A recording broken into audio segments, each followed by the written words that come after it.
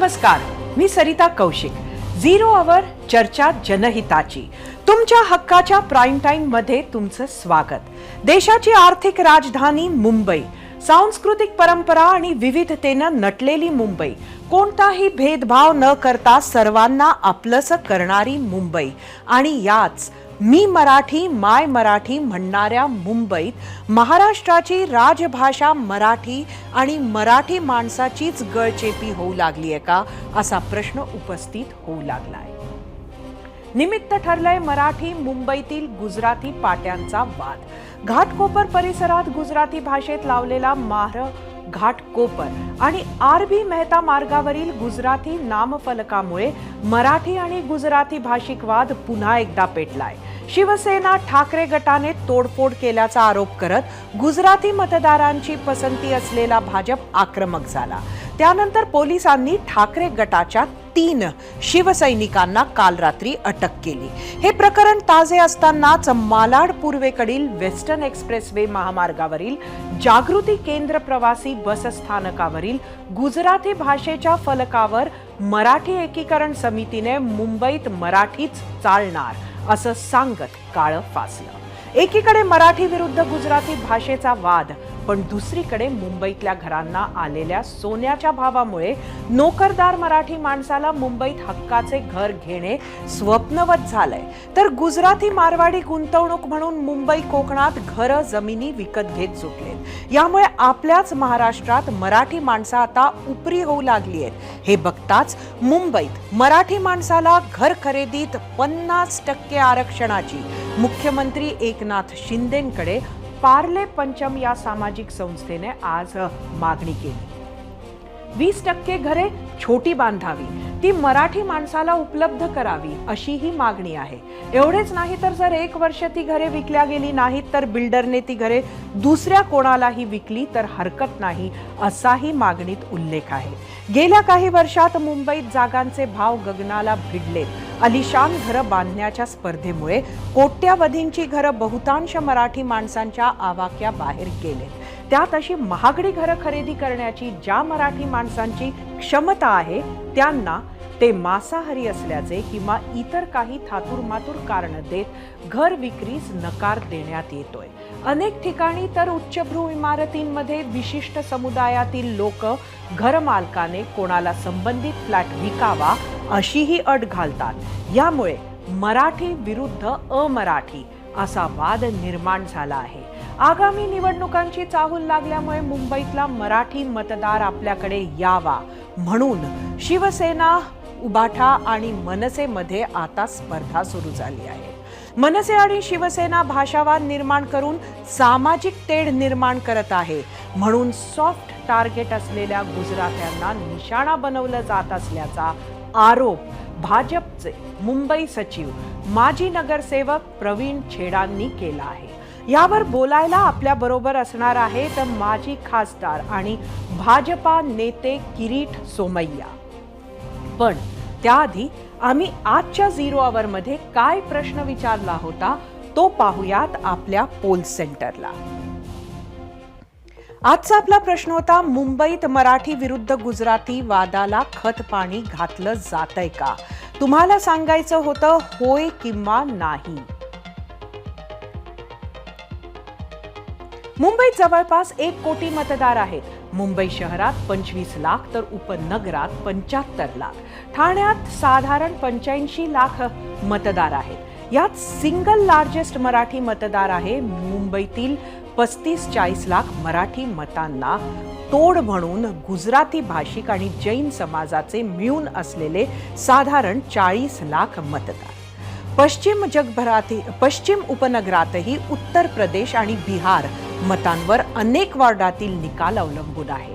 या सगळ्या मांडणीने मुंबईची राजकीय समीकरणे बदलली आहेत. या बदलत्या परिस्थितीबाबत पाहूयात झिरो आवरचा हा स्पेशल रिपोर्ट.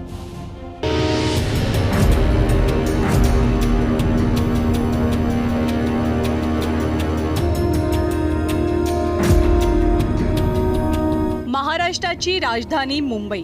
मुंबई महाराष्ट्राला सहजासहजी मिळाली नाहीये. त्यासाठी गुजरात सोबत मोठा लढा द्यावा लागला. पंडित नेहरूंचं केंद्र सरकार, मोरारजी देसाईंच्या मुंबई स्टेट सरकार सोबत सुद्धा मराठी माणसाला लढावं लागलंय. 106 मराठी माणसांनी हौतात्म्य दिलंय, हजारोंचं रक्त सांडलंय आणि अभूतपूर्व लढ्यानंतर 1960 साली मराठी माणसानं मुंबईसह संयुक्त महाराष्ट्र मिळवलाय. हे सांगायचं कारण म्हणजे महाराष्ट्राच्या राजधानीत मराठी माणसाची अजूनही होत असलेली उपेक्षा. तिथल्या सेक्रेटरीनी सांगितलं इथे महाराष्ट्रीयन्स अलाउड नाहीयेत.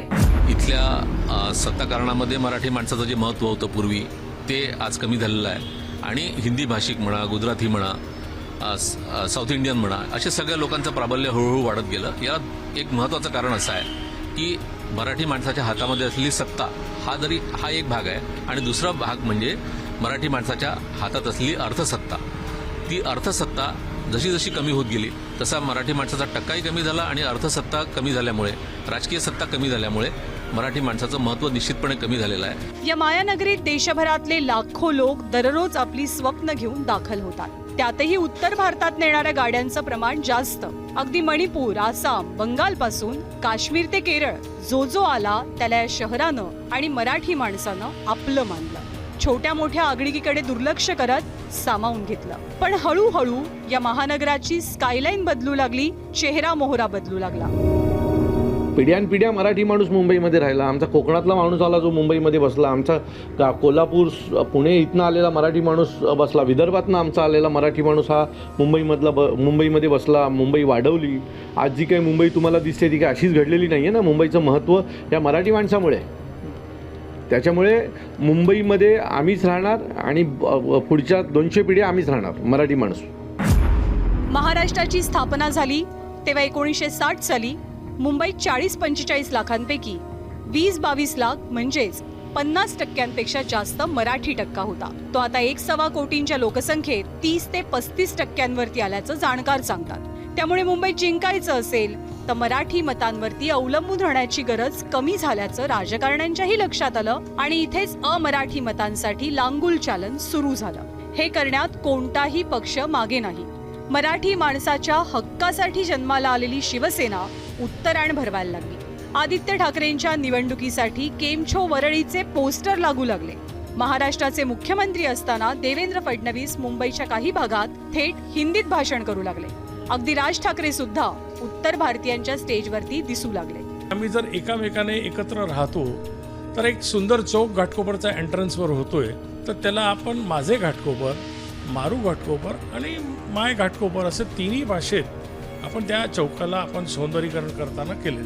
आणि हे संपूर्ण मुंबई महानगरपालिकेच्या फंडातून झालेले आहेत. असं पण नाही की प्रायव्हेट मी कुठेतरी नावं लावून टाकलेले आहेत. मुंबई आणि मराठी माणसाचं मन मोठं आहे, हृदय विशाल आहे. त्याचा स्वभाव मुळात अतिशय शांत आहे, सौम्य आहे, वृत्ती समाधानी आहे. मतांच्या राजकारणात आपलेच नेते, आपलेच पक्ष आपल्याचकडे दुर्लक्ष करतायत हे बघूनही तो शांत असतो, समाधानी असतो.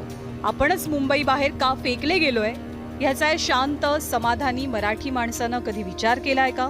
परिस्थिती अशी आहे की आपल्या आजूबाजूला जे बदल होत आहेत त्याचा आपल्यावर, आपल्या येणाऱ्या पिढ्यांवरती काही परिणाम होतोय याची जाणीवही मुंबईकर मराठी माणसाला नाही. ही जाणीव होऊ नये अशी इकोसिस्टीम काम करते हे त्याच्या गावीही नसतं आणि यदा कदाचित जाणीव झालीच तरी बराच उशीर झालेला असेल हे नक्की. 0 आवरसाठी ब्युरो रिपोर्ट, ABP माझा.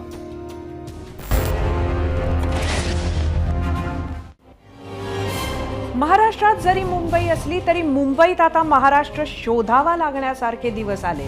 कारण मुंबईवर सुरुवातीपासूनच मराठींपेक्षा दुसऱ्या प्रांतीयांनी हक्क गाजवण्याचा प्रयत्न केला आहे. मुंबईतून मराठी टक्का कमी होण्याचे देखील प्रमुख कारण हेच म्हटले जाते. महाराष्ट्र तुमच्या बापाचा आहे का असा ठणकावून विचारणारा, घाटी म्हणून कधी समोर तर कधी पाठीमागे बोलणाऱ्या शेठचा रुबाब आता वाढू लागलाय.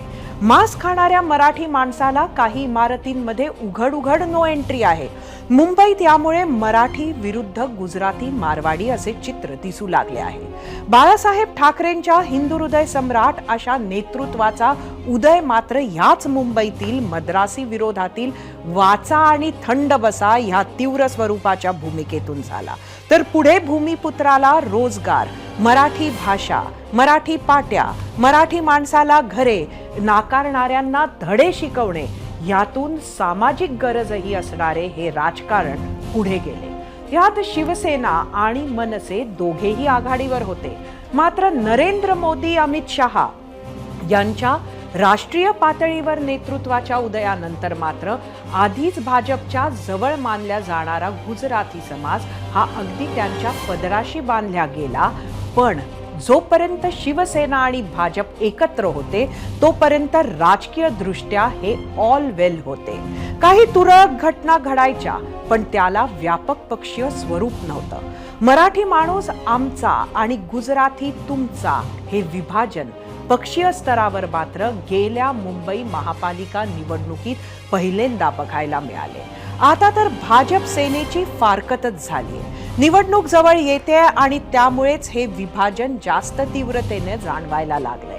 किंबहुना जाणवणार असल्याचे संकेत मिळत आहेत का, हा सवाल आहे. आम्ही विचारलेल्या प्रश्नावर तुम्ही काय प्रतिक्रिया दिल्या आहेत त्या पाहण्यासाठी आपण जाऊया आपल्या मीडिया सेंटरला. आजचा प्रश्न आहे, मुंबईत मराठी विरुद्ध गुजराती वादाला खतपाणी घातलं जातंय का? एक्सवरून डॉक्टर खंडू वराड, मुंबईतच नाही तर पूर्ण राज्यात समाजात भांडणे लावणे हे काम सुरू आहे.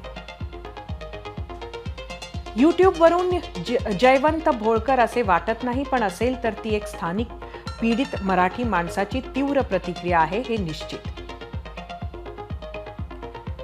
फेसबुकवरून अरविंद गीते, महाराष्ट्राची राजभाषा मराठी आहे आणि तिला दुसरी कुठलीही पर्यायी भाषा होऊ शकत नाही. फेसबुकवरून संकल्प तांबे, मुळीच नाही, मराठी माणूस स्वतःच्या हक्कासाठी, मराठी अस्मिता टिकवण्यासाठी आणि मुंबईमध्ये मराठी माणूस टिकण्यासाठी चाललेला हा संघर्ष आहे. फेसबुकवरून निखिल मोमाया, हो मी जैन आहे पण आधी मी महाराष्ट्राचा आहे याचा अभिमान आहे, यात मतांसाठी राजकारण होतंय. फेसबुकवरून जब्बार शेख, मी धर्मानं मुस्लिम आहे, माझा जन्म शिवरायांच्या महाराष्ट्रात झाला, महाराष्ट्राची मातृभाषा मराठी आहे आणि अभिमानानं मी मराठी भाषेत लोकांशी बोलतो कारण मराठीचा मान पहिला, बाकीचे नंतर. फेसबुकवरून प्रियंका झुटिंग, दोन समाजामधील तणावाला असंच खतपाणी घातलं जाणार असेल तर शाळेत भारत माझा देश आहे, सारे भारतीय माझे बांधव आहेत अशी प्रतिज्ञा बंद करावी. फेसबुकवरून जितेंद्र थोरात, खतपाणी म्हणजे काय, जे खरंय ते आहे, परप्रांतीयांची मुजोरी चालली आहे महाराष्ट्रात. मराठी भाषेची, माणसाची आणि सरते शेवटी महाराष्ट्राची गळचेपी होत असल्याची ओरड अनेक दशकांपासूनची आहे. अलीकडेच मुलुंडमध्ये एका महिलेला गुजराती सोसायटीत घर नाकारल्याची घटना समोर आल्यानं मराठी गुजराती वादाला फोडणी मिळाली होती. मुंबईत हे असे प्रकार अनेकदा घडतात. माजी मंत्री आणि भाजप नेत्या पंकजा मुंडेंनी सुद्धा स्वतः आपल्याला असा अनुभव आल्याचं सांगितलंय.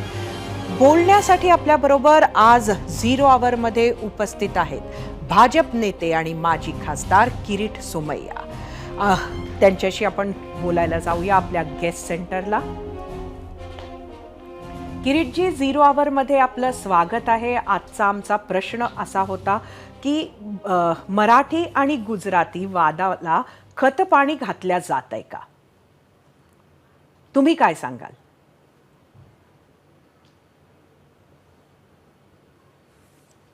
खत आणि पाणी हे मुंबई, मराठी भाषा, मराठी संस्कृती, मराठी अस्मिता त्याला वाढवण्यासाठी आपण सगळ्यांनी मिळून खत आणि पाणी घालायला हवं. मराठी गुजराती विवादाचा प्रश्नच नाही आहे, होऊच शकत नाही. मुंबई महाराष्ट्राची आहे, मुंबई मराठी आहे, मुंबईत राहणाऱ्या प्रत्येकाची आहे. आपलं काहीतरी स्वतःच स्वार्थ असेल, मग तो राजकीय असो की आणखीन कोणतं, पण ह्या विषयावर वाद चर्चा होऊच शकत नाही. मुंबई महाराष्ट्राची राजधानी आहे. मुंबईची भाषा मराठी आहे. महाराष्ट्राची राजभाषा मराठी आहे. राष्ट्रभाषा हिंदी असेल. एक काही वेळेला समाजात प्रत्येक स्तरावर किंवा प्रत्येक भाषेत धर्माचा मुद्दाच नाही आहे. काही विचित्र घटना घडतात, ते योग्य नसतात, त्याचं कोणी समर्थन करूच शकत नाही. परंतु याचा अर्थ पूर्ण मुंबईची त्याची तुलना करणं, मुंबईची बदनामी करणं, एका समाजाविरुद्ध दुसरा समाज करण्याची गरज नसते. मला माझी विचारधारा, मला माझा राजकीय पक्ष, माझं नेतृत्व वाढवायचं असेल, अनेक मुद्दे आहेत, महत्वाचे मुद्दे आहेत. पण एखाद्यावर दगड फेकून मी एक आपल्याला स्पष्ट करतो की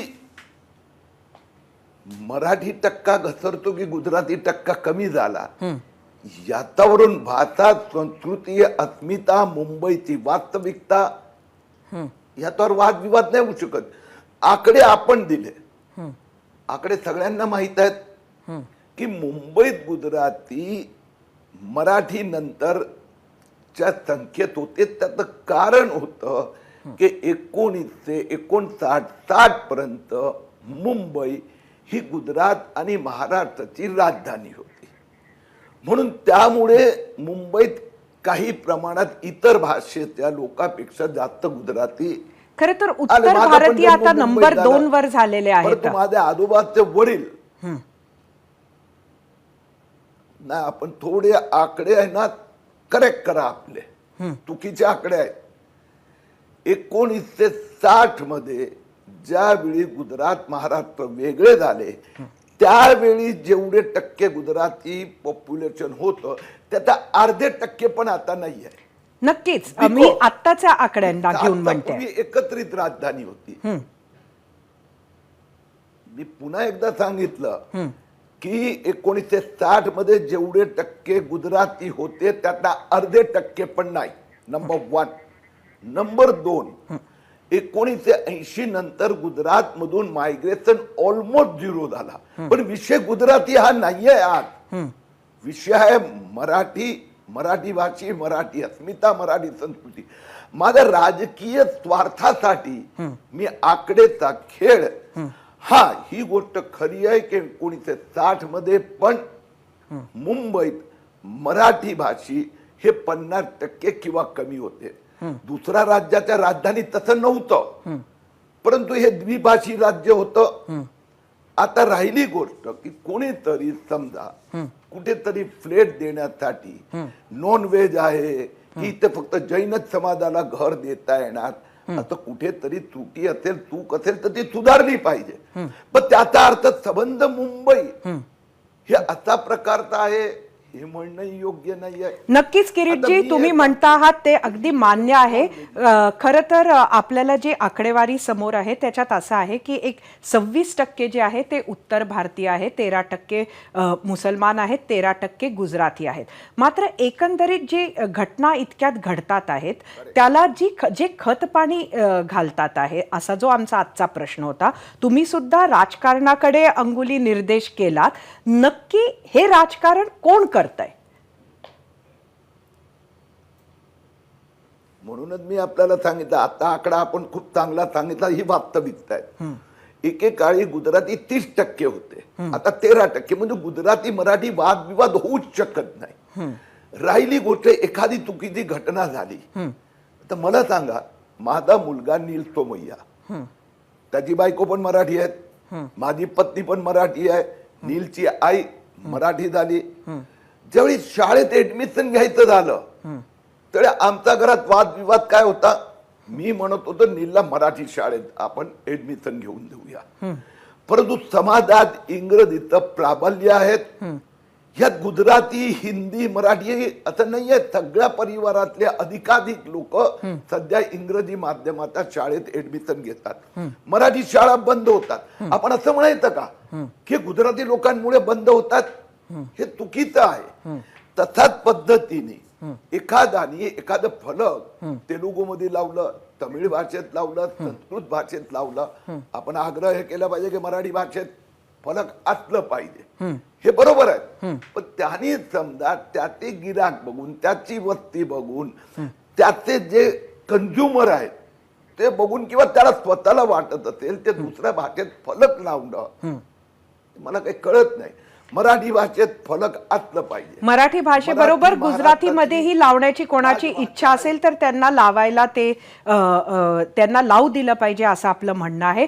पण कोण नक्की चिथवतंय असं तुम्हाला वाटतंय? नाही, त्याच्यावर काही एक मिनिट समजा आपली चॅनल आहे एबीपी माझा, हिंदी पण आहेत, बंगाली पण आहेत. बरोबर. आता याला कंझ्युमरिझमचा मुद्दा आहे.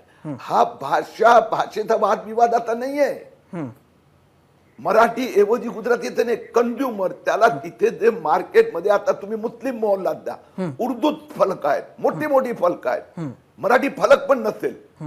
पण मी त्याला काय मुस्लिम विरुद्ध मराठी असं नाही रंग देऊ इच्छित. हा एखाद्या ठिकाणी मला सांगा, मुंबईत किती दुकानावर तुम्हाला तेलुगू किंवा गुजराती फलक दिसतात? 99% ठिकाणी मराठी फलक आहेतच. 1% राहिलं तर तिथे, पण दुसरा कोणी लावलं. मराठी शाळा बंद पडतात तर आपण काय दगड तेलुगूवर मारणार, तमिळवर फेकणार? म्हणून मुद्दा मराठी, महाराष्ट्र, राजधानी, मायग्रेशन, ह्याला उगाच आपण मराठी गुजराती वादविवाद देतोय. मायग्रेशन मध्ये तो पण किरीटजी, ही पण वास्तविकता आहे की अनेक ठिकाणी मराठी माणसाला फ्लॅट्स नाकारल्या जात आहेत. मराठी माणसाला तो शाकाहारी नाही म्हणून फ्लॅट्स दिल्या जात नाही. तर चुकीचं वाक्य आणि मांडणी आहेत. शाकाहारी आणि नॉन शाकाहारी, त्यात भाषेत नाही. गुजराती माझा पोरगाही नॉनव्हेज खातोय, जैन, आणि तिथे नाही किरीटजी, हा तुमचा प्रश्न नाहीये. प्रश्न हा आहे की अनेक ठिकाणी नाकारल्या जातंय ही वस्तुस्थिती. आपण अनेक केसेस पाहिल्या. अशा घटना घडतात आहेत आणि हे खरं तर म्हणजे जसं बाहेरच्या लोकांना, बाहेरच्या राज्यातून बाहेरच्या भाषिकांना सुद्धा महाराष्ट्रात राहण्याचा अधिकार आहे आणि तो घटनेनं दिलेला आहे.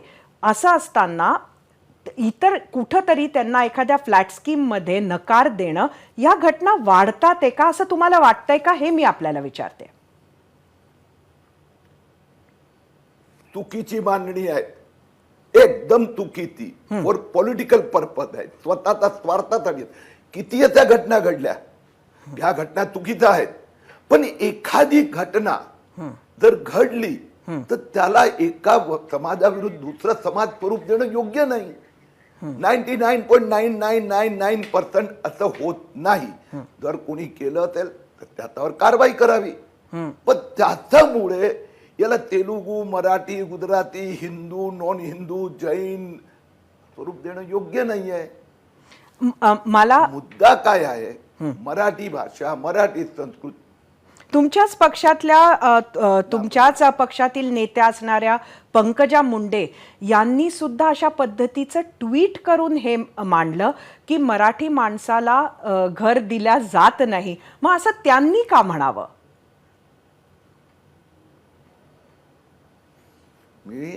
आपण त्याचा पुढचं त्यांना विचारलं का, ही घटना केव्हा घडली, किती लोकांबरोबर घडली? एखादा अन्याय नाही. मी तर तुम्हाला सांगतोय, मराठी गुजरातीचा प्रश्नच नाही आहे. काही विशिष्ट ठिकाणी आता प्रकारचा कोणीतरी बिल्डरनी आपला आता काय म्हणायचं आपला प्रोडक्ट विकण्यासाठी असं काय केलं असेल तर त्या व्यापारी, त्या बिझनेसमॅन याच्या विरुद्धात आपण कारवाई करावी. परंतु याचा अर्थ पूर्ण समाजाला आपण वेठीत धरायला लागलो. आता किती घटना आहेत, चला मी सांगतो किती घटना आहेत. गेल्या 2-5 वर्षात 2-3 आल्या असेल समोर. तर याला आपण अशा प्रकारचं स्वरूप देणं नाही. मी नुसतंच एका समाजाच्या बाजूनं म्हणत नाहीये. आज आपण बघत आहोत की गुजराती पाट्या फोडणं किंवा त्याला काळं लावणं अशाही घटना झाल्यात. 3 शिवसैनिकांना आज ताब्यात घेण्यात आलेला आहे. त्यामुळे हे अशा पद्धतीनं हा जो वाद एक निर्माण होतोय ते काय येणारं राजकारण किंवा आजचं राजकारण किंवा कुठंतरी एक नरेंद्र मोदी असोत, अमित शहा असो, तुमचे गुजराती आमचे मराठी अशा पद्धतीचं हे राजकारण होतंय का? नाही, त्याचं कारण सांगतो की दुर्दैवाने 1998 पासून असं माझ्या विरुद्ध ते अनेक वेळा प्रयत्न करण्यात आला, पण एक मत पण कमी नाही झालं. कारण की न मराठी भाषे इतका असंकुचित आहे न मुंबईकर असं समजत नाही. पाटी पूर्ण मुंबईत गेले 4 महिने एक पाटी आपल्याला वाटली. गेल्या अनेक महिन्यात आपल्याला एका व्यक्तीला असं मराठी म्हणून नाकारण्यात आला, अशी घटना समोर आली. म्हणून त्याला हे अयोग्य आहे असं होता कामा नये, मान्य आहे. पण मुंबईकर जो आहे, मुंबईकर त्यात मराठी भाषी पण तो आता प्रकारचा ह्याच्यात जात नाही. वास्तविकता मला राजकारणात आज ह्या चर्चेला राजकारणी स्वरूप द्यायचं नाही. 25 वर्ष मुंबईत उद्धव ठाकरे साहेबांचा शिवसेनेचा राज आहे. 25 वर्ष त्यांनी नियम बनवले ना. मग समजा एखाद्या ठिकाणी राहिलं, कोणी विरोध केला त्या नियमाचा नाही. महापालिकांनी जो निर्णय घेतला सगळ्यांनी मान्य केलाय. मग एखाद्याने चूक केली किंवा आतताईपणा केला तर याचा अर्थ पूर्ण समाजाला, पूर्ण मराठी समाजाला बदनाम करणं, पूर्ण गुजराती समाजाला बदनाम करणं, पूर्ण जैन समाजाला बदनाम करणं हे योग्य नाही आहे. मराठी भाषिक समाज पण एवढा संकुचित नाही आहे आणि गुजराती समाज असो की जैन असो की तेलुगू असो हे पण तसे नाही. मुंबईत आल्यावर सगळे अभिमानाने हे माझे मुंबई आहेत, महाराष्ट्राची राजधानी आहेत, मराठी राज्यभाषा आहेत सगळे लोक, आणि मराठी नाट्यकला, संस्कृती, संगीत त्याचा अभिमान आहे. नक्कीच किरीटजी, आणि ह्याच नोटवर आपण इथंच थांबूया. तुम्ही आपले विचार 0 आवरमध्ये शेअर केलात याबद्दल आपले खूप खूप धन्यवाद. मराठी विरुद्ध गुजराती वादाबाबत आम्ही विचारलेल्या प्रश्नावर तुम्ही काय कौल दिला आहे तो पाहण्यासाठी जाऊया आपल्या पोल सेंटरला. आजचा आपला प्रश्न होता, मुंबईत मराठी विरुद्ध गुजराती वादाला खतपाणी घातलं जातंय का? यूट्यूबवर एकूण 7,000 मतं. 89% लोकांनी होय म्हटलंय, 11% लोकांनी नाही म्हटलंय. इंस्टाग्रामवर 6,000 मतं. 82% लोकांनी होय म्हटलंय, 18% लोकांनी नाही म्हटलंय. मुंबईला आई मानणारे, मराठीला, महाराष्ट्राला मावशी मानणारे अनेक परप्रांतीय, उत्तर भारतीय, गुजराती गुण्यागोविंदानं मुंबईत राहत आहेत. शेजारच्या गुजराती परिवाराला जीव लावणारे, आपल्या भावापेक्षा मोठा भाईला, शेजारच्या भैयाला मानणारा मराठी माणूस सुद्धा इथे आहे. वेळ प्रसंगी जात पात, धर्म, पंथ, भाषा भेद हे काहीही न मानता एकमेकांच्या हाकेला धावणारा मुंबईकर इथे आहे. जेव्हा निवडणुका जवळ येतात, राजकारणी मतांचं गणित मांडू लागतात, तेव्हाच या सगळ्या अस्मितांना टोक येतं. मराठी विरुद्ध अमराठी वाद निर्माण केला जातो. मुंबईत मराठीचा पहिला अधिकार अमान्य करण्यापर्यंत किंवा चॅलेंज करण्यापर्यंत मग मजल जाते. मतांची आकडेवारी बघून कोणत्या अस्मितांना जास्त फुंकर घालायची हे राजकीय पक्ष ठरवतात. त्या नादात मुंबईच्या मूळ संस्कृतीवर, मुंबईकराच्या मूळ परोपकारी वृत्तीवर अन्याय होतोय याचं भान राखणं गरजेचं आहे. निवडणुका येतील जातील, राजकारणी येतील जातील, पण ही मुंबई आपली मुंबई आहे याचं भान प्रत्येक मुंबईकरानं राखायलाच हवं. आता वेळ झालीये महाराष्ट्रातील एका मोठ्या विषयावर चर्चा करण्याची. विषय अर्थात मराठा आरक्षण. आज या 2 गोष्टी घडल्यात. पहिली घडामोड ही ओबीसी नेते आणि राज्याचे मंत्री छगन भुजबळ यांच्याशी संबंधित आहे. तर दुसरी बातमी मराठा आरक्षणाच्या आंदोलनकर्त्यांमध्ये मतमतांतर होतंय का हा सवाल. पहिले वळूया भुजबळ यांच्या बातमीकडे. छगन भुजबळांचा मराठा आरक्षणाला विरोध आहे का? हा प्रश्न आम्ही नाही तर खुद्द मनोज जरांगेंनी उपस्थित केलाय. त्याचं झालं असं की मनोज जरांगे महाराष्ट्राचा दौरा करत आहेत.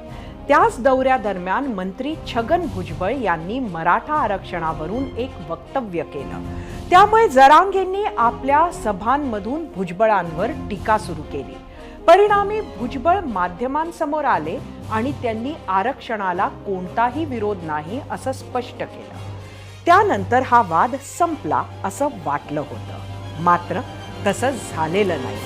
कारण समता परिषदेच्या बैठकीत जिथं टीव्ही चॅनलच्या कॅमेऱ्यांना प्रवेश नव्हता, त्याच बैठकीत बोलत असताना भुजबळांनी पुन्हा एकदा मनोज जरांगेच्या आंदोलनावर प्रश्न उपस्थित केले आणि वादाचा दुसरा अंक सुरू झाला. त्याचं विश्लेषण करण्याआधी भुजबळांची ती ऑडिओ क्लिप ऐकूयात. आता आम्ही ऐकतो मोठी तयारी सुरू आहे. 100 एकर जमीन घेतलेली आहे. 10 कोटी रुपये मदत झालेली आहे. लाखो लोकांचा तिथे मोठी सभा होणार आहे आणि मागणी करणार आहे की ओबीसी मध्ये मराठा समाजाला आरक्षण द्या. 14 तारखेला 14 ऑक्टोबर शनिवारी असं तेव्हा असेल. अरे इकडे 10 रुपये कोणी काढून देत नाही. 10 कोटी रुपये काढून दिले ना लोकांनी. पैसे घेतात कुठून? बुलढाणा, नाशिक, येवला, संभाजीनगर अशा अनेक ठिकाणी झालेल्या सभांमध्ये मनोज जरांगेंनी भुजबळांवर निशाणा साधला होता.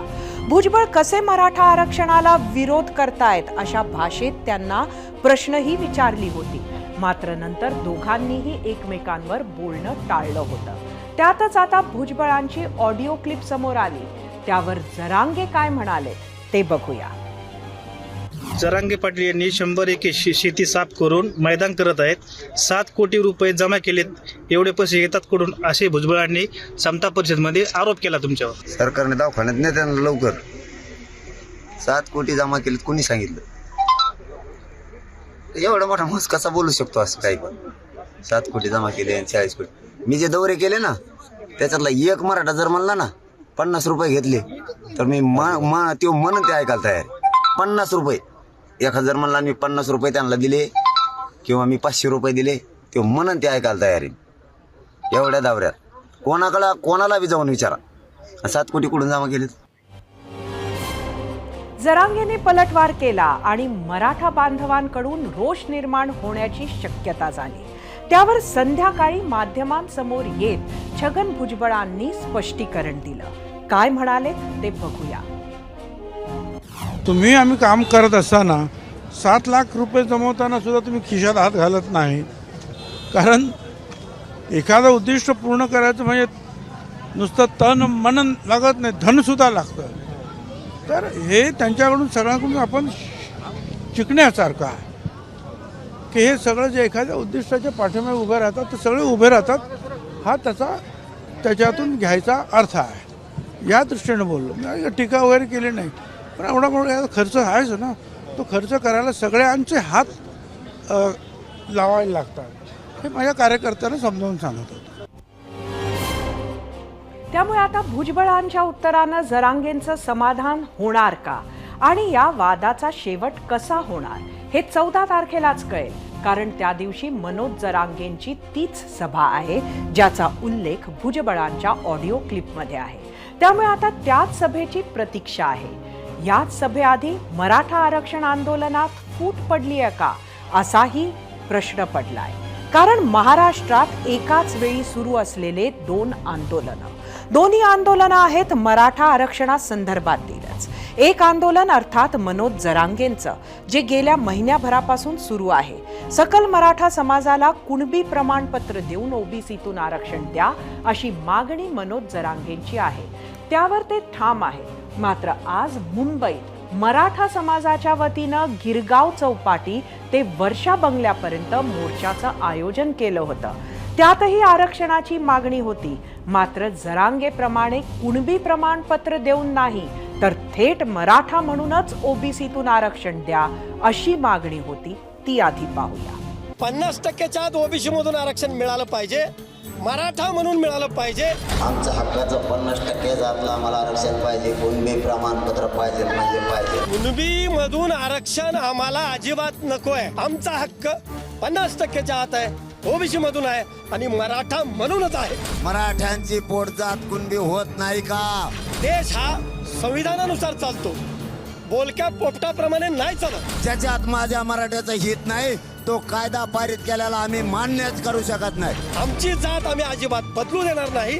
मराठा म्हणून आम्ही जगलोय, मराठा म्हणून मरू. आम्ही गरीब मराठे न्याय मागतोय सरकारकडे. आम्हाला 50%च्या आत ओबीसी मधून मराठा म्हणून आरक्षण दिलं पाहिजे. होणारा विजय महाराष्ट्रातल्या मराठ्यांचाच होणार आणि त्यांचाच असणार. कडेकोट पोलीस बंदोबस्तात मुंबईतील मोर्चाला सुरुवात झाली. गिरगाव चौपाटीपासून मोर्चाला सुरुवात होती. मात्र मुंबई पोलिसांनी आंदोलकांना बाबुलनाथ जंक्शन जवळ अडवलं, त्यांना ताब्यात घेतलं आणि आंदोलन थांबवलं. मात्र याच आंदोलनामुळे मराठा आरक्षण मोर्चातच 2 मतप्रवाह आहेत का असाही प्रश्न उपस्थित झालाय. याच दोन्ही मतप्रवाहांवर होता आपला आजचा दुसरा प्रश्न. तो पाहण्यासाठी आपण जाऊया आपल्या पोल सेंटरला. आजचा आपला दुसरा प्रश्न होता, थेट मराठा म्हणून आरक्षणासाठी मुंबईतला मोर्चा म्हणजे जरांगेंच्या भूमिकेशी फारकत आहे का? तुम्हाला सांगायचं होतं होय किंवा नाही. हा प्रश्न जितका आम्हाला पडलाय तितकाच मराठा समाजालाही. मराठा मोर्चानं केलेली मागणी बरोबर की मनोज जरांगेंनी केलेली मागणी? शिवाय मराठा मोर्चानं केलेल्या मागणीतलं आरक्षण लवकर मिळेल की मनोज जरांगेंनी केलेल्या मागणीतलं आरक्षण तातडीनं मिळू शकेल? आणि सगळ्यात महत्त्वाचं म्हणजे मराठा मोर्चानं मागणी केलेलं आरक्षण कोर्टासमोर टिकणार का, की मनोज जरांगेंनी मागणी केलेलं आरक्षण कोर्टासमोर टिकेल? यापेक्षाही मोठा सवाल, दोघांनीही मागणी सरकारकडेच केली आहे, त्यामुळे हीच अडचण सरकारची झाली तर काय होणार? आम्ही मनोज जरांगेंना गाठलं आणि मुंबईत झालेल्या आजच्या आंदोलनावर आणि त्यांच्याशी असलेल्या मतांतरावर त्यांची भूमिका काय असेल यावर त्यांना बोलतं केलं. टीम 0 आवरच्या प्रश्नावर मनोज जरांगे काय म्हणालेत ते बघा. की आज मराठा क्रांती मोर्चाच्या वतीनं मुंबईमध्ये एक मोर्चा काढण्यात आला. त्यांची अशी मागणी की कुणबी नको तर मराठा म्हणून आम्हाला 50%च्या आत आरक्षण द्या. नाही हे बघा, आता ही समाजाची मागणी, कोणी काय म्हणावं कोणी काय म्हणू नये तो ज्याचा त्याचा प्रश्न आहे. पण मराठा समाज हा कुणबी म्हणजे काय विषय मोठा आहे? पूर्वी शेतीला नाव कुणबी होतं, सुधारित नाव शेती आलं. काय फरक आहे त्याच्यात? गोरगरीब पोरांचं कल्याण होतं, होऊ द्या. त्याला घ्यायचं ते घ्या, ज्याला नाही घ्यायचं ते घेऊ नका. जोर जबरदस्ती थोडी आहे कोणावर. मिळू द्या ना, गोरगरिबाचं कल्याण होईल ना.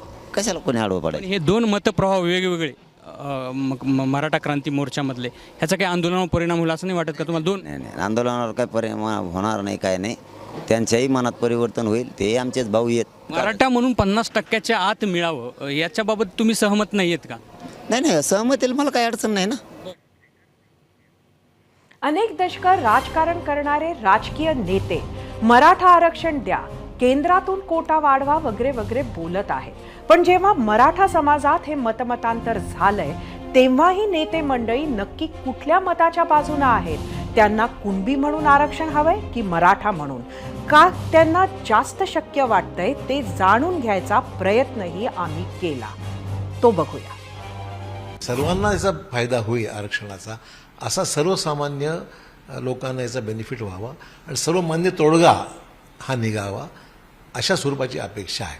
त्यामुळे जरांगे पाटलांचा तो एक पॉईंट त्यांनी मांडलेला आहे. इतर लोकांना अनेक वेगळं मत असू शकतं, परंतु मला वाटतं की या सर्वांचा सारांश एवढाच आहे की कशाही पद्धतीने निर्णय घ्या, परंतु समाजाला आरक्षण द्या, हा त्या पूर्ण विचाराचा गाभा आहे. पण आरक्षणावरून कुठेतरी मराठा समाजामध्ये 2 भूमिका पाहायला मिळतात का? कारण जरांगे पाटील एक म्हणतायत, मराठा क्रांती मोर्चा दुसरं म्हणतायत. अनेक पद्धतीने काय शक्य आहे हा पडताळण्याचा समाज प्रयत्न करतोय, काय चुकीचं नाहीच आहे ना. राज्यात 2016 साली मराठा आरक्षणाला राज्यात निघालेल्या 57 मूक मोर्चांनी नी विशेष महत्व आलं होतं. आता परत मनोज जरांगेच्या उपोषणानंतर मराठा आरक्षण मागणीला वेग आलाय. त्याच मागणीसाठी त्यांनी महाराष्ट्र दौरा केला. त्याच दौऱ्यातला सर्वात मोठा आणि महत्वाचा टप्पा आहे 14 तारखेला होणारी सभा. ज्या अंतरवाली सराटीमध्ये मनोज जरांगेंनी उपोषणाला सुरुवात केली होती त्याच गावात जरांगेंची सभा होणार आहे. त्यासाठी गावोगावी जाऊन मराठा बांधवांना अक्षता वाटप सुरू केलाय. विशेष म्हणजे अक्षता वाटपासाठी महिलांनी पुढाकार घेतलाय, तर तिकडे सभास्थळीही कामांना वेग आलाय. मनोज जरांगेंच्या सभेची तयारी अंतिम टप्प्यात आलीय. याकडेही आपलं लक्ष असणार आहेच. मात्र आता वेळ झालीये महाराष्ट्रानं प्रतिक्रिया दिलेल्या पाहण्याची. त्यासाठी जाऊयात आपल्या मीडिया सेंटरला. आजचा आपला प्रश्न होता, थेट मराठा म्हणून आरक्षणासाठी मुंबईतला मोर्चा म्हणजे जरांगेच्या भूमिकेशी फारकत आहे का? यूट्यूबवरून उमेश शिंदे, गट पडला की प्रश्न मिटतो हा त्यांचा गोड गैरसमज आहे, पण आम्ही हा गैरसमज मोडून काढू, आम्ही सर्व जरांगे पाटलांसोबत. यूट्यूबवरून आनंद काळे, हे खोटे आंदोलक आहेत, एकच मनोज जरांगे पाटील मराठा समाज त्यांच्या पाठीशी ठाम उभा आहे. यूट्यूबवरून रती मिरजकर, देशातील सर्वांचंच आरक्षण बंद करावे. यूट्यूबवरून कृष्णा, सरकारची फोडा आणि राज्य करा रणनीती. फेसबुकवरून रामेश्वर पाटील जाधव, तुम्ही कितीही फूट पाडण्याचा प्रयत्न करा, आमचा नेता एकच मनोज जरांगे पाटील. फेसबुकवरून विष्णू महाराज ठोंबरे, सरकारी मोर्चा आहे तो. फेसबुकवरून दिलीप शिंदे, हे सरकारचे कटकारस्थान आहे. फेसबुकवरून राहुल रॉय, जरांगेचा मोर्चा फोडण्यासाठी हा मुंबईच्या. इंस्टाग्रामवरून गणेश साळुंके, मराठा समाज अंतरवाली सराटीला 14 ऑक्टोबर रोजी मोठ्या संख्येनं सहभागी होणार. संपूर्ण समाज हा मनोज जरांगे पाटील यांच्या सोबत आहे. ज्या पद्धतीनं मनोज जरांगेंच्या उपोषणावेळी राज्यात ओबीसी, धनगर, मुस्लिम बांधवांनीही आरक्षणावरून आंदोलनं केली, त्याच पद्धतीनं आज नाशिकमध्ये आदिवासी समाजानं मोर्चा काढला. धनगर समाजाला आदिवासी प्रवर्गातून आरक्षण देण्यात येऊ नये याच प्रमुख मागणीसह हजारो आदिवासी बांधव रस्त्यावर उतरले होते. काही आदिवासी संघटनांच्या पदाधिकाऱ्यांसह विधानसभेचे उपसभापती नरहरी झिरवाळ, जेपी गावित, हिरामण खोसकर आणि इतर आदिवासी नेतेही मोर्चात सहभागी होते. त्यामुळे मराठा आरक्षणासोबतच इतर आरक्षणावरही राज्य सरकारला कठोर भूमिका घ्यावी लागेल. आदिवासी आंदोलनाच्या बातमीनंतर आता वेळ झालीये आपल्या आजचा पोल पाहण्याची. त्यासाठी आपण जाऊया आपल्या पोल सेंटरला. आजचा आपला प्रश्न होता, थेट मराठा म्हणून आरक्षणासाठी मुंबईतला मोर्चा म्हणजे जरांगेंच्या भूमिकेशी फारकत आहे का? एकूण 9,000 मतं यूट्यूबवर. 81% लोकांनी होय म्हटलंय, 19% लोकांनी नाही म्हटलंय. इंस्टाग्रामवरून 4,000 मतं. 78% लोकांनी होय म्हटलंय, 22% नाही म्हटलंय. कोणत्या आंदोलनात मतप्रवाह असणं ही काही पहिलीच वेळ नाही. 2 मतप्रवाह असणं हे काही चूकही नाही. मात्र त्यामुळे काय होऊ शकतं हे राष्ट्रवादी काँग्रेसच्या फुटीनंतर दिसून आलं. जेव्हा अजित पवारांनी वेगळी वाट धरली तेव्हा शरद पवार आणि अजित पवार यांच्या उघड टीका टिप्पणी होत नव्हती. त्यामुळे शरद पवारांचे मित्रपक्ष काँग्रेस आणि ठाकरे गटानं त्यांना आपली भूमिका स्पष्ट करा असं अनेक वेळेला सांगितलं. मतप्रवाह वेगळे झालेले असतानाही अजित पवार, शरद पवार यांच्याच भेटी होत होत्या. त्यामुळे तर कार्यकर्तेही संभ्रमात होते. म्हणून की काय, शरद पवारांनाच यावर स्पष्टता आणावी लागली. हे का सांगते? जर मराठा आरक्षणासाठी सुरू असलेल्या 2 आंदोलनात 2 मतप्रवाह दिसून येत आहेत, त्यामुळे मराठा समाजही संभ्रमात येऊ शकतो आणि त्याचाच परिणाम आरक्षण आंदोलनावरही होण्याची भीती आहे. हाच संभ्रम दूर करण्याचं आवाहन जरांगेंसमोर आणि इतर नेत्यांसमोर आहेच. सोबतच भुजबळांच्या वक्तव्यावरूनही रान पेटण्याची शक्यता नाकारता येत नाही. आज राष्ट्रवादीचे चर्चेतले दुसरे नेते आहेत सुनील तटकरे. त्यांनी आज संजय राऊत यांच्या सततच्या बोलण्याला, सततच्या आरोपांना कंटाळून पत्रकार परिषद घेतली. त्यात त्यांनी काही गोप्यस्फोट सुद्धा केले. संजय राऊत यांना उत्तर देताना काही जुन्या आठवणींना उजाळा दिला. मविया काळात त्यावेळच्या एकसंघ शिवसेनेचे पक्षप्रमुख उद्धव ठाकरे यांचा भाजपसोबत जाण्याचा प्रयत्न सुरू होता असा दावा तटकरेंनी केला आणि त्या कामी संजय राऊतांनीच कसा पुढाकार घेतला होता याची आठवणही त्यांनी सांगितली. दिल्लीत पंतप्रधान नरेंद्र मोदींची भेट उद्धव ठाकरे यांनी घेतली होती. पंतप्रधान नरेंद्र मोदींसोबत भेट झाल्यानंतर उद्धव ठाकरे यांच्या मनाची चलबिचल वाढली होती. त्यांच्या मनात पुन्हा भाजपसोबत जावा असा विचार बळकट होत होता असंही राऊतांनीच सांगितल्याचा दावा तटकरे यांनी केला. याबद्दलच्या बैठकांना अजित दादा जात नव्हते याचा रागही त्यांच्या मनात होता असं सुनील तटकरेंनी सांगितलं. यानंतर तरी सामना आणि संजय राऊत अजितदादांवरील सिंचन दादा अशी टीका बंद करतील का याकडे आपण लक्ष ठेवूया. 0 आवरमध्ये आता इथेच थांबूयात. उद्या रात्री पुन्हा भेटू. पाहत रहा एबीपी माझा. एबीपी माझा, उघडा डोळे बघा नीट.